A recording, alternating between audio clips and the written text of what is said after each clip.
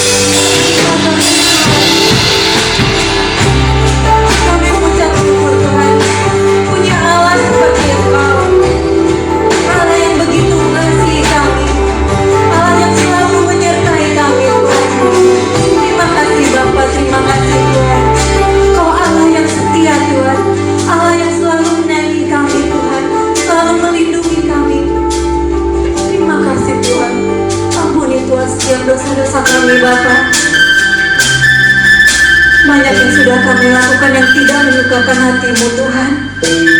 Tapi kami mau belajar untuk setia kepadamu Tuhan, karena Engkau sudah setia kepada kami Tuhan. Terima kasih Tuhan, terima kasih Bapa. Pimpin ibadah kami pada pagi hari ini Tuhan. Keadaan apapun yang menimpa kami mau tetap meninggikan Engkau, kami mau tetap memuliakan Engkau lewat ibadah kami pada pagi hari ini. Biarlah kiranya Tuhan hadir bersama kami di rumah kami masing-masing. Terima kasih Tuhan Yesus, terima kasih Bapa. Kau pimpin ibadah kami pada pagi hari ini hanya di dalam satu nama, yaitu Tuhan Yesus Kristus. Kami peraskan doa kami. Haleluya. Amin. Ya. Shalom Bapak Ibu. Ya, saya nggak tahu, banyak sekali rasa yang saya rasakan. Gimana ya, di tengah-tengah pandemi corona ini, kita merasa tidak bebas bergerak, kita merasa lelah, kita merasa frustasi atau putus asa. Tapi biarlah ketika kita merasakan semuanya itu, Tuhan tetap menyertai kita. Amin Bapak Ibu. Amin. Kita biarlah tidak merasa lelah untuk bekerja di hadapan Tuhan. Apapun masalah kita akan lupakan semua itu. Kita akan naikkan satu pujian. Jangan lelah bekerja di hadapan Tuhan.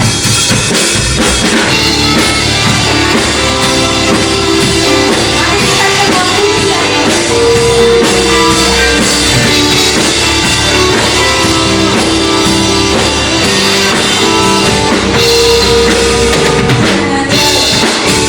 Bekerja di ladang yang Tuhan, Roh Kudus yang diberi.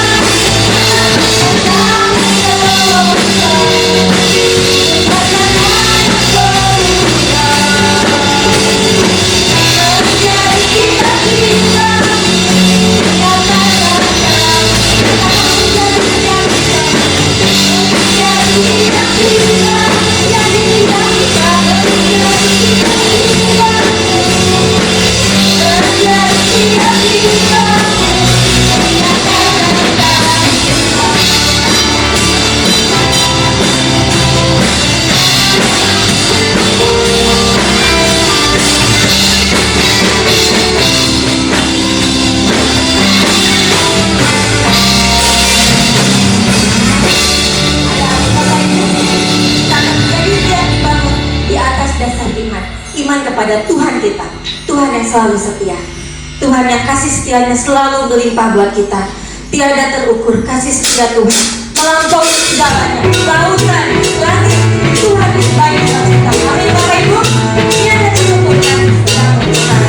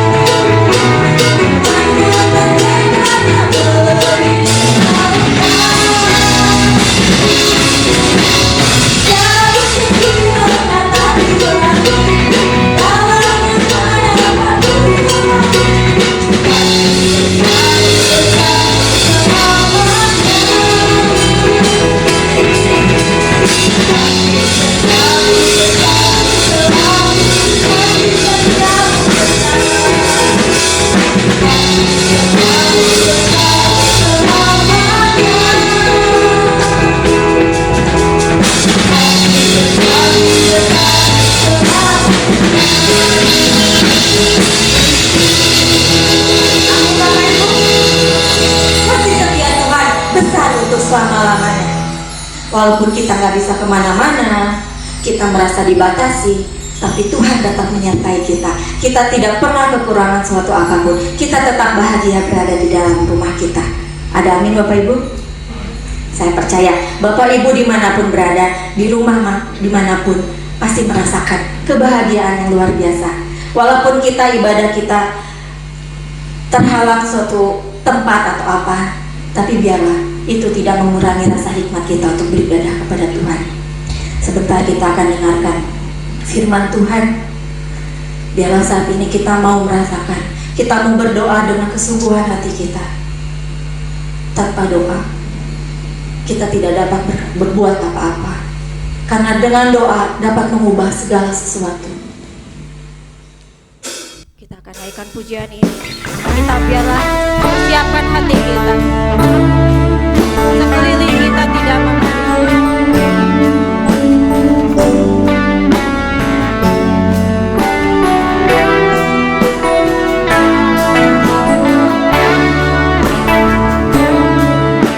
Biarlah kita mau datang ke hadirat Tuhan dengan doa yang sungguh-sungguh.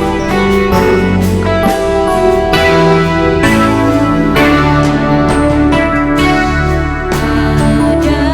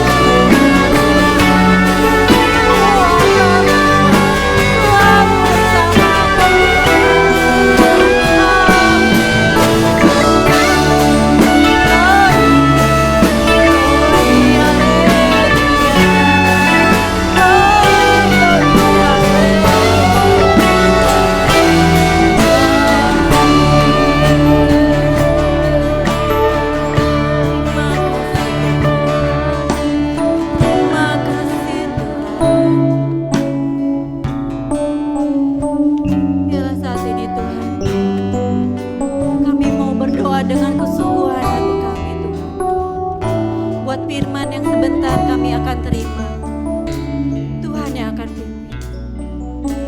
Dengan kasih Kristus nanti Bu Entin akan pimpin kita dalam doa.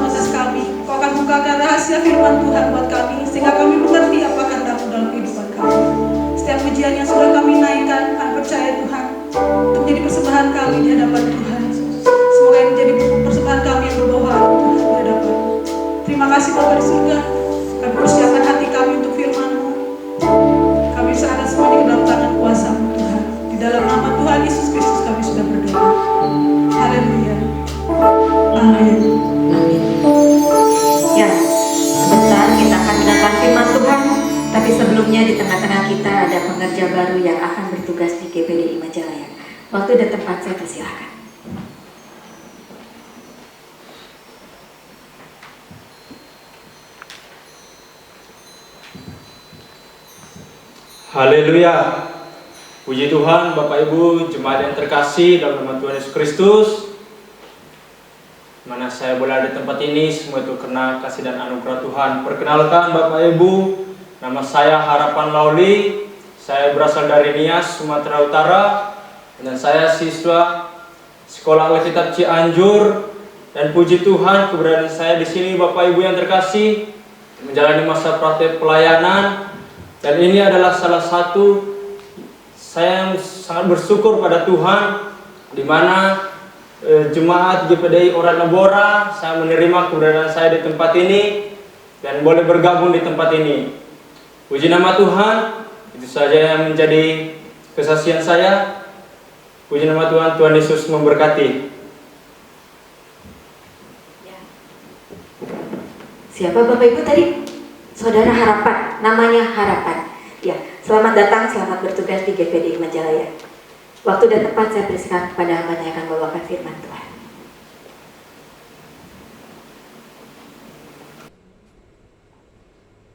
Shalom anak-anak Tuhan, GPDI Oret Labora. Kita ketemu lagi di dalam persekutuan yang indah bersama-sama dengan keluarga kita, bersama-sama dengan anak-anak kita, juga mungkin menantu kita atau orang tua kita. Hari ini kita ingin sekali lagi merenungkan firman Tuhan, membaca firman Tuhan, dan berdoa kepada Tuhan. Ya, di tengah-tengah keadaan pandemik corona yang masih juga ternyata belum selesai hari ini, baiklah kita sekali lagi hari ini juga akan bersama-sama kita ingin belajar sesuatu hal tentang hal yang baru hari ini. Saya ingin berbicara tentang tema tentang gunakan masker. Mungkin saudara bertanya, kenapa kok khotbah itu temanya adalah tentang seputar COVID, ya. Ya, kita sudah berbicara tentang pandemik, kita sudah bicara minggu lalu tentang corona, kita juga sudah berbicara tentang hal-hal lain, misalnya social distancing dan seterusnya. Dan hari ini kita akan belajar juga tentang masker. Mengapa demikian? Karena gereja tidak terlepas daripada keluarga, dan gereja juga bagian daripada masyarakat pada umumnya, masyarakat bagian daripada negara umumnya. Jadi kita harus mendukung program-program yang ada di dalam pemerintahan, di dalam kemasyarakatan, sehingga gereja itu juga menjadi garam dan terang bagi dunia, bagi masyarakat. Oleh karena itu, mari anak-anak Tuhan, kita akan belajar hari ini dengan sebuah tema yang baru, yaitu tentang gunakan masker. Ya, jadi kita tahu bahwa mungkin pertama kali untuk menghindari atau memutus rantai daripada penyebaran corona itu, kita harus mencuci tangan, ya, kita harus melakukan social distancing, kita juga harus melakukan menggunakan masker, juga kita harus menjaga jarak satu dengan yang lainnya, sehingga dalam hal ini ketika ada orang yang terpapar atau kita sendiri, yang kita tidak memapar penyakit itu, virus itu kepada orang lain. Baiklah, tadi kita sudah berdoa, dan kita hari ini saya ingin bicarakan tentang satu hal, tentang gunakan masker. Baik, saya ingin memperagakan ada beberapa jenis masker, ya. Jadi kalau kita melihat di tayangan ini, saudara akan melihat bagaimana situasi di suatu tempat di bandara, semua orang, hampir semua orang menggunakan masker. Ya, saya pun membawa masker saya, dan kita ingin menyampaikan bahwa sebetulnya ada beberapa jenis masker. Masker yang ini yang saya katakan ini ada, yang pertama adalah masker bedah. Masker bedah ini adalah masker yang biasa digunakan oleh para dokter atau juga digunakan oleh para tenaga medis di rumah sakit, ya, untuk melindungi mereka, ya. Kemudian bagaimana cara menggunakan masker ini nanti kita melihat juga, ya. Kemudian kedua, ada masker yang namanya masker N95. Masker N95 ini adalah masker yang lebih terlindung lagi, melindungi diri lagi, sehingga masker N95 itu bisa menyaring virus-virus atau debu-debu yang ukurannya sangat kecil sekali, sehingga hampir 95% orang yang menggunakan masker N95 ini akan sangat tertolong. Nah, dewasa ini baru saja pemerintah kita mengatakan bahwa kita wajib menggunakan masker, ya, baik di dalam terutama di dalam ruangan, terutama yang ber-AC, maupun juga di luar ruangan, wajib. Ya, kenapa demikian? Karena penelitian yang terakhir menyatakan bahwa ketika orang batuk, ketika orang bersin itu, dia akan mengeluarkan droplet. Droplet itu adalah cairan-cairan dari mulut kita, dan itu jumlahnya cukup banyak. Jumlahnya mungkin dikatakan sampai kurang lebih ada 110 juta droplet yang keluar dari mulut kita ketika kita bersin atau kita batuk. Dan ada juga mikro droplet. Kalau droplet itu mungkin jarak 1 meter ke 1,5 meter dia udah turun. Tetapi ketika dibuat di dalam sebuah dengan menggunakan kamera yang begitu canggih, maka droplet jatuh 1,5 meter, tetapi mikro droplet itu dia akan menjemar kemana-mana. Sehingga ketika terbawa udara, terbawa angin, itu semua ruangan menjadi terpapar. Nah, oleh karena itu, ya, kita diminta oleh pemerintah sekarang harus menggunakan masker. Ya, dan ternyata kebutuhan masker dewasa ini hampir di seluruh dunia sangat kurang, ya, juga termasuk juga di Indonesia, sehingga dewasa ini orang sudah berusaha untuk membuat masker sendiri karena ketersediaan ketika kita beli ke toko obat, ya, ke toko alat-alat kesehatan, kita harus antri, dan masker itu kita sudah tidak bisa lagi beli dengan bebas, ya, dengan harga yang mahal juga, sehingga banyak orang-orang yang sekarang diperingatkan untuk menggunakan masker kain, dan masker kain itu bisa kita buat, bisa kita beli sendiri, banyak sekarang dijual-jual. Namun setidaknya bahwa masker kain itu juga sangat menolong kita untuk melindungi diri kita dan juga melindungi diri orang lain supaya tidak terpapar. Dan masker yang berikutnya adalah masker untuk gas kimia, ya, atau gas atau kimia. Itu mungkin juga masker yang dipakai di tukang-tukang las atau di perusahaan obat, sehingga gas-gas yang ditimbulkan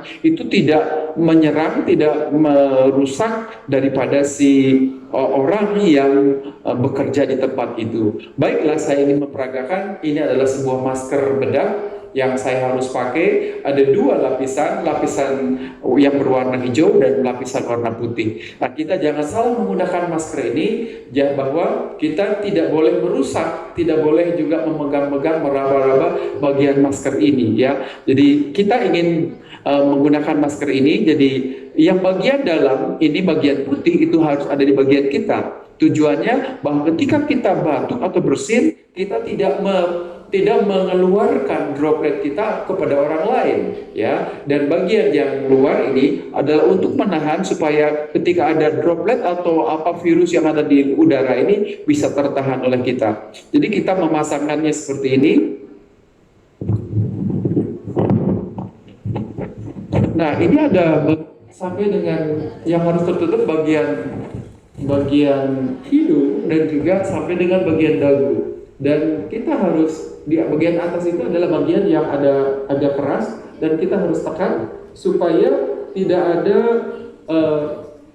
udara yang bisa melewati dari atas sehingga kita akan terlindung. Nah, ini adalah bagaimana kita harus menggunakan masker. Jadi kita mendukung pemerintah, mendukung kita juga supaya kita terlindung daripada virus corona dewasa ini. Baik, tentunya mungkin saudara mengatakan, kok kenapa ya kita di gereja belajar tentang menggunakan masker lah dan seterusnya. Tetapi saudara sekalian, hari ini kita ingin belajar makna rohani di balik daripada penggunaan masker ini. Apa artinya masker? Ketika kita melindungi diri dengan masker ini, artinya bahwa droplet yang kita keluarkan itu tidak memapar orang lain. Apa yang kita keluar dari diri kita itu tidak memapar kepada orang lain. Atau juga ketika orang lain ada di sekitar kita, mereka mengeluarkan droplet yang berbahaya, kita juga sama tidak terpapar. Jadi alangkah baiknya ketika kita berada di dalam ruangan, terutama yang ber-AC, atau juga kita ada di luar ruangan yang banyak orang, misalnya kita pergi ke pasar atau pergi ke terminal atau berada di dalam kendaraan karena terpaksa kita harus ada di dalam kendaraan pergi ke suatu tempat, gunakanlah masker. Tetapi apa yang saya ingin sampaikan di dalam firman Tuhan hari ini, kita ingin belajar satu hal tentang mulut. Ya, jadi berbicara tentang masker adalah berbicara tentang mulut. Ya, berbicara tentang mulut, berbicara tentang komunikasi. Saya ingin mengajak saudara untuk membaca sebuah nanti ayat dari firman Tuhan yang terdapat di dalam kitab Mazmur 141 ayat yang ketiga. Mazmur 141 ayat yang ketiga berbunyi demikian.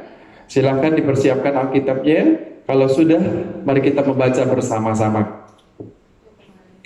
Awasilah mulutmu ya Tuhan. Awasilah mulutku ya Tuhan. Berjaga-jagalah pada pintu bibirku.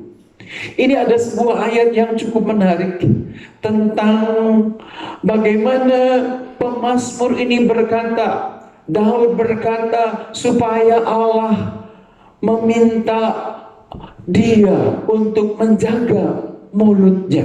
Dia bilang, awasilah mulutku ya Tuhan dan berjaga-jagalah pada pintu bibirku.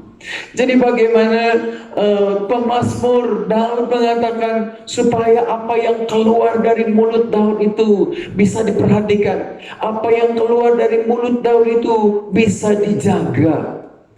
Jadi ini berbicara tentang apa? Bicara tentang komunikasi. Jadi saya ingin menyampaikan firman Tuhan hari ini, bagaimana kita berkomunikasi yang benar, bagaimana kita berkomunikasi yang baik. Karena Daud berkata, awasilah mulutku ya Tuhan.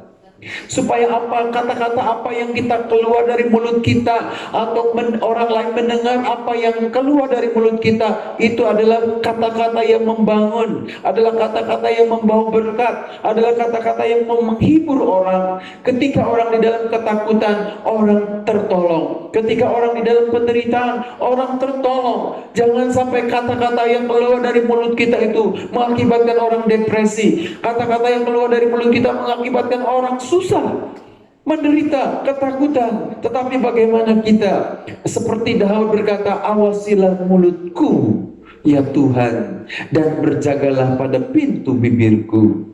Ya, mari saudara sekalian, ini berbicara tentang komunikasi. Jadi saya ingin katakan bahwa apa itu komunikasi? Komunikasi menurut Kamus Besar Bahasa Indonesia artinya pengiriman dan penerimaan pesan atau berita antara dua orang atau lebih, sehingga pesan yang dimaksud dapat dipahami. Jadi ada pengirim pesan, ada penerima pesan. Kemudian ada juga channel, ada saluran, ada cara bagaimana pesan itu diberikan. Tetapi ketika pesan itu disampaikan dan ada salurannya, mungkin salurannya apa? Langsung, mungkin salurannya melalui telepon, atau salurannya melalui handphone, ya, atau juga mungkin kita dalam dulu ada Morse. Morse itu adalah tanda di mana anak-anak pramuka menggunakan sandi, ya, itu juga cara, ya, itu channel. Kemudian juga kadang bahwa pesan itu, apa yang diberikan oleh pengirim itu tidak persis sama yang diterima oleh penerima. Apa itu artinya? Jadi ketika pesan itu disampaikan, ada yang mengganggu, ada noise, ya, yang mengganggu, sehingga pesan yang disampaikan tidak sama dengan apa yang kita kirimkan. Yang kedua, arti daripada komunikasi itu juga berarti hubungan, ya, atau kontak. Ya, kurang lebih itu arti daripada komunikasi. Ternyata juga Alkitab mengatur komunikasi. Ya, dalam Alkitab itu ada bagian ayat-ayat firman Tuhan, komunikasi kita itu harus dibangun sedemikian rupa. Ya, Alkitab juga mengajar bagaimana kita harus berkomunikasi. Ya, komunikasi itu harus dibangun. Ya, dan ternyata komunikasi itu, ketika kita salah berkomunikasi, ketika komunikasi itu tidak ada saluran yang benar, atau ada noise yang mengganggu, terjadilah miskomunikasi. Saya melihat bahwa di dalam Kejadian pasal 3, sejak pertama Allah itu membangun manusia dengan komunikasi. Allah mengatakan, hendaklah ada terang, maka terang pun ada. Hendaklah ada pemisah antara langit di atas dengan langit di bawah, sehingga ada pemisah, dan itu pun jadi, yang disebut dengan cakrawala. Jadi segala sesuatu dibangun pada dasarnya melalui komunikasi dengan firman, ya, dan juga melalui komunikasi ini Adam dan Hawa jatuh di dalam dosa. Kalau kita melihat Kejadian pasal yang ketiga ayat pertama, saya akan bacakan saja. Adapun ular ialah yang paling cerdik dari segala binatang di darat, dan yang dijadikan oleh Tuhan Allah. Ular itu berkata kepada perempuan itu, tentulah Allah berfirman, semua pohon dalam taman ini jangan kamu makan buahnya, bukan? Ayat kedua, lalu sahut perempuan itu kepada ular itu, buah-buah pohonan dalam taman ini boleh kami makan, tetapi tentang buah pohon yang ada di tengah-tengah taman, Allah berfirman, jangan kamu makan ataupun raba buah itu, nanti kamu mati. Saudaraku sekalian, coba lihat apa yang terjadi di dalam Taman Eden pada waktu itu di dalam Kejadian pasal 3. Pada segala sesuatu itu sudah dibuat oleh Allah. Karena Allah berkata segala sesuatu indah, segala sesuatu baik adanya. Tetapi ketika iblis datang, tetapi ketika ular itu datang menghampiri wanita ini, apa yang dikatakan oleh ular? Apa yang disampaikan oleh ular? Pesannya apa yang disampaikan oleh ular? Ternyata ular menyampaikan message, isi pesan itu yang berbeda daripada apa yang Allah sampaikan. Pesan yang diberikan, message yang disampaikan oleh ular terbalik dengan apa yang Allah berikan. Sehingga ular berkata kepada Hawa, dia mengatakan, tentulah Allah berfirman, semua pohon dalam taman ini jangan kamu makan buahnya. Jadi padahal Allah mengatakan, semua buah di dalam pohon, di dalam taman ini boleh kamu makan, kecuali satu buah dari tengah-tengah taman itu.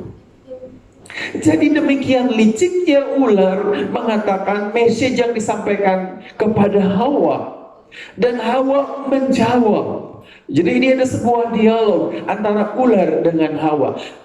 Lalu sahut perempuan itu kepada ular, buah pohon-pohon dalam taman ini boleh kami makan. Message-nya benar. Message yang disampaikan oleh Hawa benar. Tetapi tentang buah pohon yang ada di tengah-tengah taman, Allah berfirman, jangan kamu makan. Sampai di sini benar. Tetapi ternyata Hawa juga salah. Kenapa? Karena Hawa menambah-nambah firman yang diberikan oleh Tuhan. Sehingga dia katakan ingin menegaskan kepada ular tadi, bahwa dia mengatakan, ataupun raba buah itu. Jadi Hawa menambah dengan kata-kata ataupun raba buah itu. Ya, jadi dalam hal ini kita melihat komunikasi itu terjadi di Taman Eden, dan komunikasi juga rusak dari Taman Eden. Allah sebetulnya ingin bahwa komunikasi manusia dengan manusia itu baik. Allah juga ingin sebenarnya bahwa komunikasi antara manusia dengan Allah juga itu baik. Tetapi ada sesuatu yang sudah merusak komunikasi, yaitu iblis di dalam bentuk ular. Saudaraku sekalian, sehingga apa yang terjadi di Taman Eden itu juga terjadi pada diri kita semua. Iblis berusaha untuk membuat kita, suami istri, anak dengan orang tua, anak dengan anak, terjadi miskomunikasi. Kenapa? Karena ingin menciptakan sebuah kekacauan, karena menciptakan sebuah kerusakan. Sehingga apa yang tadi dikatakan oleh pemazmur, berkatakan, awasilah mulutku ya Tuhan. Sehingga apa yang keluar dari mulutku itu kita harus diawasi. Sepertinya Tuhan sedang menjaga, meminta Tuhan menjaga di balik mulut kita, supaya bibir kita itu betul-betul terjaga dan terawasi. Firman Tuhan berkata, bibir itu ya tidak pernah bertulang, tetapi dengan bibir ini bisa mengatakan segala sesuatu, bisa membuat segala sesuatu yang kecil menjadi besar, yang besar menjadi kecil. Bahkan bahwa bibir itu seperti api yang kecil. Ketika api yang kecil itu bisa membakar hutan yang besar. Kalau apa? Kalau kita salah menggunakan api itu. Kedua, contoh yang kedua saya sampaikan adalah ketika bangsa sudah terbentuk setelah zaman Nuh, bahwa Nuh dan keluarganya diselamatkan melalui apa? Melalui kapal yang besar, melalui bahtera Nuh, dan mulailah orang banyak bertambah banyak di bumi ini. Dan kalau kita membaca dalam Kejadian pasal 11, mereka berusaha bercita-cita, mereka ingin membangun sebuah menara yang tinggi. Ya, di dalam Kejadian pasal 11 ayat yang ke-7, anak-anak Nuh, ya cucu-cucunya Nuh itu membangun sebuah bahtera. Dikatakan Kejadian 11 ayat 7, baiklah kita turun dan mengacau balaukan di sana bahasa mereka, sehingga mereka tidak mengerti lagi bahasa masing-masing. Demikianlah mereka diserahkan Tuhan dari situ ke seluruh bumi, dan mereka berhenti mendirikan kota itu. Itulah sebabnya sampai sekarang nama kota itu disebut Babel, karena disitulah dikacaukan Tuhan bahasa seluruh bumi. Dari situlah mereka diserahkan Tuhan ke seluruh bumi. Jadi cita-cita bangsa pada waktu itu untuk membangun sebuah menara yang tinggi, tempat yang tinggi. Mungkin saya nggak tahu apakah mereka betul-betul supaya takut ketika ada banjir besar, banjir bandang, mereka bisa naik semua ke sana. Atau mereka ingin membangun sebuah menara yang tinggi, sebuah prestis dari bangsa itu, sebuah kebanggaan dari bangsa itu. Di dunia ini memang sekarang ini sudah banyak menara-menara yang tinggi yang sudah dibangun manusia. Ya, setelah dari zaman Babel ini. Ya, di Amerika Serikat itu ada yang namanya Empire State Building. Jadi Empire State Building ini adalah menara yang sangat tinggi. Ini menara sebenarnya lebih rendah daripada menara kembar yang pernah dibom, yang sudah runtuh. Ini adalah menara yang masih ada, sehingga para turis setiap hari itu datang berduyun-duyun untuk naik ke puncaknya, ya, yang jumlahnya puluhan, ya, puluhan lantai di atas, dan dari lantai yang tertinggi dia bisa melihat keindahan kota New York. Saudaraku sekalian, apakah itu tujuannya? Juga kalau kita melihat ada di Jepang yang namanya adalah Tokyo Tower. Tokyo Tower itu juga adalah yang baru diresmikan, dan Tokyo Tower juga memiliki ketinggian yang sangat tinggi di dunia. Ya, jadi dia adalah tinggi lebih rendah daripada sebuah menara yang dibangun di kota Dubai. Jadi kemajuan teknologi, kemajuan manusia untuk membangun menara yang tinggi. Tapi demikianlah juga cita-cita orang-orang pada waktu itu. Ketika orang hendak membangun menara yang tinggi menjulang ke langit, Allah mengacaukan komunikasi mereka. Ketika Allah turun dan mengacaukan komunikasi mereka, mereka menjadi tidak saling mengerti. Bahasa mereka juga jadi berbeda. Dan menurut tradisi Alkitab, itu yang mengakibatkan mereka tidak jadi membangun menara itu, sehingga menara itu tidak selesai dan manusia terserang ke seluruh dunia. Saudaraku sekalian, miskomunikasi, salah komunikasi itu menyebabkan kekacauan. Saya ingin sampaikan juga contoh yang ketiga. Suatu saat ada seorang hakim-hakim yang bernama Yefta. Yefta itu sedang berperang melawan Bani Amon. Dan Yefta berpikir bahwa orang Israel itu kekuatannya sedikit, kurang kuat ketika dia menghadapi orang-orang Amon. Orang-orang Bani Amon itu mungkin alat perangnya sudah canggih, orang-orangnya sudah terlatih dengan perang. Tetapi bangsa Israel menjadi orang yang datang ke padang gurun ini karena dia hanya untuk mempertahankan diri. Dan Yefta berkata, ya, di dalam Hakim-Hakim pasal 11 ayat 30, lalu bernasarlah Yefta kepada Tuhan, katanya, jika engkau sungguh-sungguh menyerahkan Bani Amon itu ke dalam tanganku, maka apa yang keluar dari pintu rumahku untuk menemui aku, pada waktu itu aku kembali dengan selamat dari Bani Amon, itu akan menjadi kepunyaan Tuhan, dan aku akan mempersembahkannya sebagai korban bakaran. Ini yang dikatakan oleh Yefta. Ini nasarnya Yefta. Ini adalah janjinya Yefta kepada Tuhan.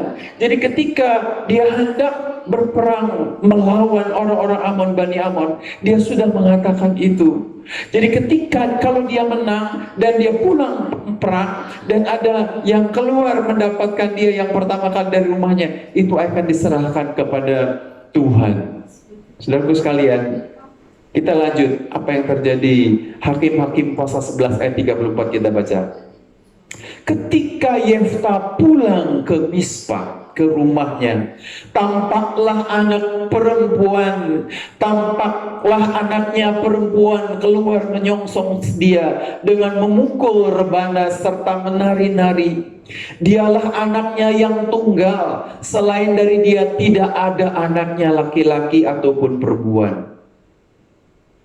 Ayat 35, demi dilihatnya dia, dikoyakannya lah bajunya sambil berkata, ah anakku, engkau membuat hatiku hancur luluh, dan engkaulah yang mencelakakan aku. Aku telah membuka mulutku bernasar kepada Tuhan, dan tidak dapat aku mundur. Saudaraku sekalian, Kita harus berhati-hati dengan kata-kata kita. Kita harus menjaga komunikasi kita. Ada 7 kata C untuk menghindari miskomunikasi. Yang pertama, clarity, kejelasan apa pesan apa yang kita akan sampaikan. Kedua, credibility, artinya bahwa pesan kita itu harus dapat dipercaya. Ketiga, C yang ketiga adalah konten. Bagaimana kontennya, isinya, pesannya, message-nya dari sebuah komunikasi itu. Yang keempat, konteksnya, tempatnya di mana, keadaannya seperti apa, itu konteks. Kelima adalah C, continuity, keberlanjutan. Setelah yang pertama, keberlanjutannya apa? Dan yang keenam apa? Capability, kemampuan. Bagaimana dia bisa berkomunikasi, gayanya berkomunikasi, bahasanya berkomunikasi. Dan yang ketujuh adalah channel, caranya, salurannya. Jadi ada clarity, credibility, content, konteks, continuity, capability, dan channel. Itu ada 7 kata bagaimana kita membangun komunikasi yang benar, membangun komunikasi yang baik supaya tidak terjadi miskomunikasi. Perkataan bagaimana yang seharusnya dihindari? Ini pertanyaan. Jadi kata-kata seperti apa yang sebaiknya kita hindari supaya tidak terjadi miskomunikasi? Di dalam kitab Efesus, Paulus berkata, Efesus 4:29, janganlah ada perkataan kotor yang keluar dari mulutmu, tetapi pakailah perkataan yang baik untuk membangun di mana perlu, supaya mereka yang mendengarnya beroleh kasih karunia. Kalau saudara melihat dari gambar yang saya tunjukkan di sini, ini adalah ada 3 monyet, 3 kera. Suatu saat saya dibawa oleh teman saya ke sebuah taman, namanya Taman Jepang, Japanese Park, di sebuah kota, di kota Fort Worth di Amerika, di Texas. Jadi ketika kita berjalan-jalan di dalam taman Jepang itu, sehingga teman saya berkata, berhenti di suatu tempat, dia mengatakan, oke, silahkan lihat sekarang. Ini ada tiga kera. Yang kera yang pertama adalah menutup matanya dengan tangannya. Kera yang kedua menutup mulutnya dengan tangannya. Dan kera yang ketiga menutup telinganya dengan kedua tangannya. Apa makna daripada simbol ini? Dan memang ternyata simbol ini juga dipakai di seluruh dunia sekarang. Jadi dia bilang kalau orang Jepang punya simbol, hati-hatilah dengan matamu. Apa yang kamu lihat itu jangan sampai sesuatu yang buruk kamu lihat. Yang kedua, mungkin menutup telinga, hati-hatilah dengan apa yang kamu dengar. Jagalah telingamu, jangan sampai kamu mendengar hal-hal yang buruk. Dan yang ketiga, yang tengah itu menutup mulut. Artinya apa? Hati-hati kita ketika mengatakan hal-hal yang buruk keluar dari mulut kita. Jagalah tadi mulut kita, Tuhan, berjagalah di dalam pintu bibir kita, supaya apa yang keluar dari mulut kita itu jangan sesuatu yang buruk, sesuatu yang membuat komunikasi menjadi rusak. Jadi perkataan kotor itu jangan keluar dari mulut kita. Sesuatu yang kotor itu harusnya dibuang, jangan ada keluar dari mulut kita. Makanya kita harus pakai masker, ditutup mulut kita supaya kata-kata kotor tidak keluar dari kita. Yang kedua apa? Yang kedua apa yang harus kita hindari adalah dusta atau bohong. Apa yang disampaikan Paulus kepada orang-orang Kolose di sana mengatakan, Kolose 3, 8 dan 9. Tetapi sekarang buanglah semuanya ini, yaitu marah, geram, kejahatan, fitnah, dan kata-kata kotor yang keluar dari mulutmu. Ayat 9, jangan lagi kamu saling mendustai, karena kamu telah menanggalkan manusia lemah serta kelakuannya. Ini berbicara tentang manusia baru, orang yang sudah dilahirkan kembali. Kita adalah bagian daripada orang-orang yang sudah dilahirkan kembali oleh Yesus Kristus. Dan apa yang Paulus katakan, minta daripada kita, kita jangan mengeluarkan kata-kata bohong. Jangan bohong, jangan ada dusta di antara kita. Ya, Kenapa? Karena rumah tangga hancur, suami istri bisa cerai, anak juga hancur. Kenapa? Menjadi broken home karena di dalam rumah tangga itu ada yang disebut dengan dusta, ada yang disebut dengan fitnah, ada yang disebut yang namanya gosip. Jadi gosip, fitnah, dusta itu adalah kata-kata yang bohong, tidak sesuai dengan fakta. Firman Tuhan mengatakan, katakan ya kalau ya, dan katakan tidak kalau memang salah. Jadi kita harus mengatakan perkataan-perkataan yang benar. Yang ketiga, bagaimana yang harus kita hindari adalah perkataan yang najis atau yang nista. Paulus berkata kepada Timotius di dalam 2 Timotius 6 ayat 16 dan 17, tetapi hindarilah omongan yang kosong, yang tak suci, yang hanya menambah kefasikan. Perkataan mereka menjalar seperti penyakit kanker di antara mereka, termasuk Himenes dan Filetus. Coba perhatikan, perkataan seperti apa yang harus kita hindari. Adalah dikatakan di sana perkataan kosong. Perkataan kosong itu sebetulnya maknanya yang dijelaskan kemudian adalah yang tak suci. Jadi perkataan yang membuat, yang menistai, yang mendustai, ya, yang najis, yang buruk didengar, sehingga Allah itu menciptakan sebuah kefasikan. Bisa nggak kita mengendalikan lidah kita? Bisa nggak kita dalam keadaan seperti ini juga menjaga mulut kita? Tidak ada lagi perkataan-perkataan hate speech, tidak ada lagi perkataan-perkataan buruk yang keluar, tetapi betul-betul kita menjaga mulut kita. Dan Lukas mengatakan sebetulnya apa yang keluar di mulut kita itu adalah keluar dari perbendaharaan di dalam hati kita. Apa yang keluar dari mulut kita itu sebenarnya apa yang ada di dalam benak hati kita. Di dalam Matius 12:34 berkata, Yesus mengecam orang-orang Farisi, hei kamu keturunan ular beludak, bagaimanakah kamu dapat mengucapkan hal-hal yang baik sedangkan kamu sendiri jahat? Karena yang diucapkan mulut meluap dari hati. Apa yang keluar di mulut itu sebetulnya dari perbendaharaan kita. Perbendaharaan yang seperti apa yang kita miliki? Kalau di dalam hati kita penuh dengan kemarahan, di dalam hati kita penuh dengan amarah, dengan kebencian, dengan rasa sakit hati, maka yang keluar dari mulut kita itu adalah perkataan-perkataan yang nyata-nyata memang menyatakan bahwa kita sedang sakit hati. Jadi apa? Hati-hatilah dengan apa yang kita katakan. Jadi apa nasihatnya bagi kita sekarang? Nasihatnya yang pertama, apa yang disampaikan oleh Amsal Sulaiman 13 ayat 3, siapa menjaga mulutnya memelihara nyawanya, siapa yang lebar bibirnya ditimpa kebinasaan. Ulangi lagi, kalau kita bisa menjaga apa yang keluar dari mulut kita, nyawa kita terpelihara, kita mendapat respek dari orang, kita dihargai orang. Tetapi kalau kita najis bibir, kalau kita dari kata-kata kita orang tersakiti. Tadi dikatakan seperti virus kanker yang merajalela. Sekarang ini seperti virus corona yang menyerang orang. Hati-hati. Minta Tuhan untuk menjaga mulut kita. Amin. Tuhan. Yang kedua, apa nasihatnya? Amsal 15 ayat 4, lidah lembut adalah pohon kehidupan, tetapi lidah curang melukai hati. Tidak sedikit orang-orang di gereja mundur. Kenapa? Karena ada orang-orang yang lidahnya melukai hati.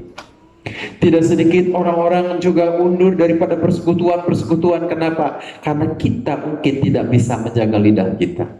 Karena kita tidak minta Tuhan untuk menjaga lidah kita, tidak bisa meminta Tuhan menolong menjaga mulut kita. Dan yang ketiga, nasihatnya Amsal 16 ayat 24, perkataan yang menyenangkan adalah seperti sarang madu, manis bagi hati dan obat bagi tulang belulang. Ketika kita berhadapan dengan orang, mari apa yang kita keluarkan itu seperti madu yang manis. Yang sepakat katakan amin. Baiklah perkataan yang kita keluarkan, perkataan yang kita ucapkan itu adalah nasihat-nasihat baik, nasihat yang membangun, nasihat yang betul-betul membuat orang terbangun, terutama dalam keadaan yang seperti ini, yang mencekam ini. Jangan membuat orang menjadi takut, membuat orang menjadi frustasi, membuat orang menjadi susah dengan perkataan-perkataan kita. Baiklah kita bangun mereka dengan perkataan-perkataan yang seperti madu. Saya ingin menutup khotbah saya hari ini dengan sebuah ilustrasi kecil saja. Suatu saat harimau ingin menerkam kancil, tapi ketika itu kancil berhasil membawa harimau itu ke sebuah gua. Kemudian harimau itu mengaum dengan kerasnya. Wow. Ternyata dari gua itu ada juga bunyi yang balik sama wow. Harimau itu semakin keras mengaumnya, dan ternyata juga suara yang keluar dari mulut gua itu mengaum dengan besarnya, lebih besar lagi. Dan untuk ketiga kali si harimau itu mengaum lagi dengan suara yang marah. Dan ternyata juga dari mulut gua itu keluar auman dengan nada yang marah yang lebih besar lagi. Apa maksud saya?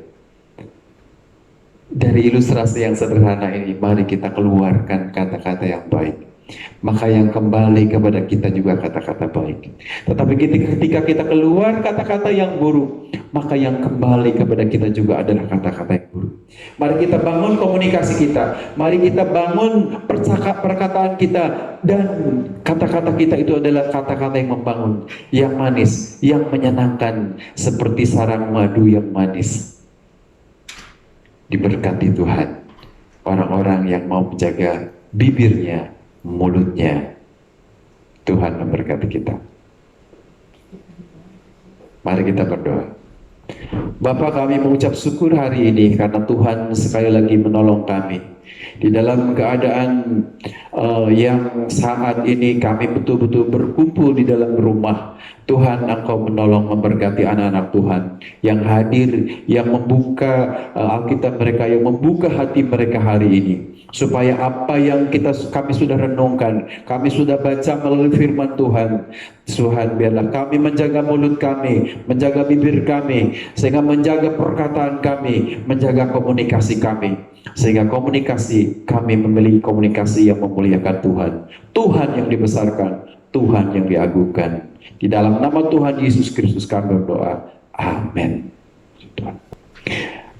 Saudara-saudara sekalian yang ada di dalam rumah, minggu depan itu adalah tanggal 3 Mei, itu adalah minggu pertama.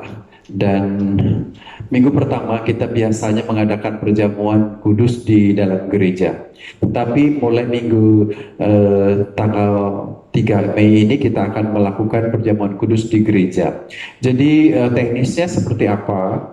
Jadi saudara sekalian, siapa yang akan mengikuti kegiatan perjamuan kudus di rumah boleh datang ke gereja dan mengambil roti dan juga hosti, maksud saya, dan air anggur di gereja semasa persediaan masih ada, sehingga pas minggu bapak-bapak dan ibu-ibu sekalian ada di dalam rumah dan melakukan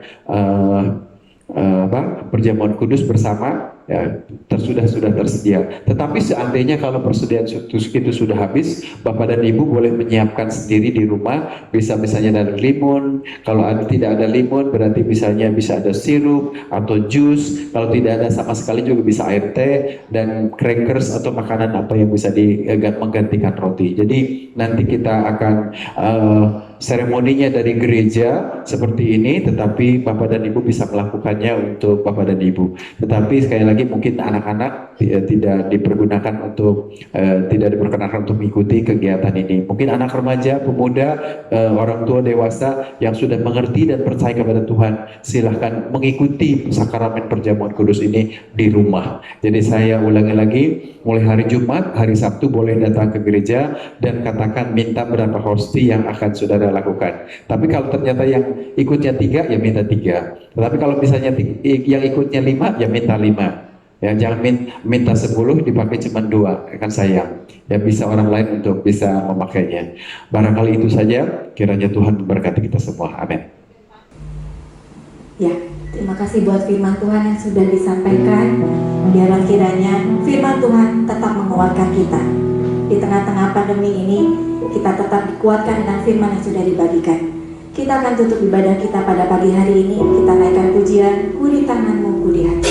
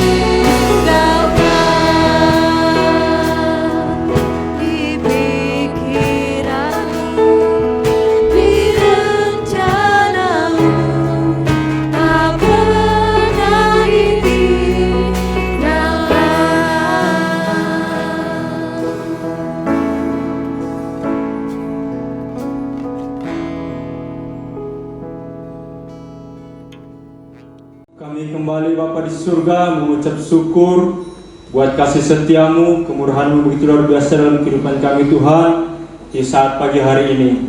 Bapa di surga, kami sangat bersyukur di mana kebenaran firman-Mu yang boleh meneguhkan setiap hati kami, boleh menegur setiap hati kami, dan boleh menguatkan setiap hati kami, hamba-hamba-Mu dan juga khususnya jemaat Tuhan di tempat ini. Bapa di surga, kami juga sangat bersyukur Tuhan Yesus dari awal penghujung ibadah kami hingga pertengahan hingga selesainya ibadah kami di tempat ini. Kami sangat bersyukur itu semua sudah bagian dari campur tangan Roh Kudus di tempat ini. Kami bersyukur Tuhan dan juga berdoa berkati semua hamba-hamba Tuhan yang terlibat dalam pelayanan, baik yang WL, yang singers, pemain musik, dan khususnya hamba Tuhan yang telah Tuhan pakai menjadi saluran berkat pada kami di saat pagi hari yang indah ini. Terus Tuhan memberkati hamba-hamba-Mu ini Tuhan. Pakai terus mereka di masa kehidupan mereka untuk menyerahkan kehidupan mereka menjadi seorang pelayan Tuhan. Bapa di surga, kami juga berdoa khususnya buat bangsa Indonesia ini Tuhan, di mana Bapa yang baik, bangsa kami ini telah dilanda oleh suatu virus Tuhan Yesus, yaitu virus corona yang menyebabkan kami Tuhan Yesus menjadi goncang dunia ini Tuhan Yesus. Kami berdoa Bapa, biarlah Tuhan Yesus kami serahkan bangsa Indonesia ini ke dalam tangan Tuhan. So kami percaya kuasa Tuhan lebih besar dari segalanya, boleh mengalahkan setiap virus yang ada. Kami bersatu hati untuk menyerahkan virus ke dalam tangan Tuhan, dan kami bersama-sama untuk berdoa menghancurkan dalam nama Tuhan Yesus Kristus. Kami percaya Tuhan, Engkau telah menyertai setiap kami yang ada, dan khususnya buat umat-umat Tuhan di luar sana, berkati dimanapun mereka berada. Kami berdoa berkat juga Tuhan Yesus buat jemaat-jemaat Tuhan yang belum sempat hadir, yang belum sempat bersama-sama untuk bergabung di tempat kami di saat pagi hari ini, dimanapun mereka berada, berkati. Ketika mereka dalam pergumulan, dalam suatu masalah Tuhan Yesus, Engkau yang menjadi jawaban dalam kehidupan mereka Bapa yang baik. Terima kasih Tuhan Yesus. Kami juga berdoa khususnya buat Bapak Ibu Gembala di tempat ini. Engkau terus memakai mereka di masa kehidupan mereka Tuhan, menjadi seorang pelayan Tuhan. Terima kasih Bapa di surga. Ini menjadi doa kami di saat pagi hari ini Tuhan, dan kami serahkan dalam tangan Tuhan. Kami sudah berdoa dan mengucap syukur dalam nama Tuhan Yesus. Haleluya. Haleluya, haleluya. Segala puji dan syukur kami naikkan atas kemurahan Tuhan, kebaikan Tuhan. Di saat hari ini Tuhan Yesus, Engkau sudah memberkati kami semua Tuhan, seluruh jemaat Tuhan.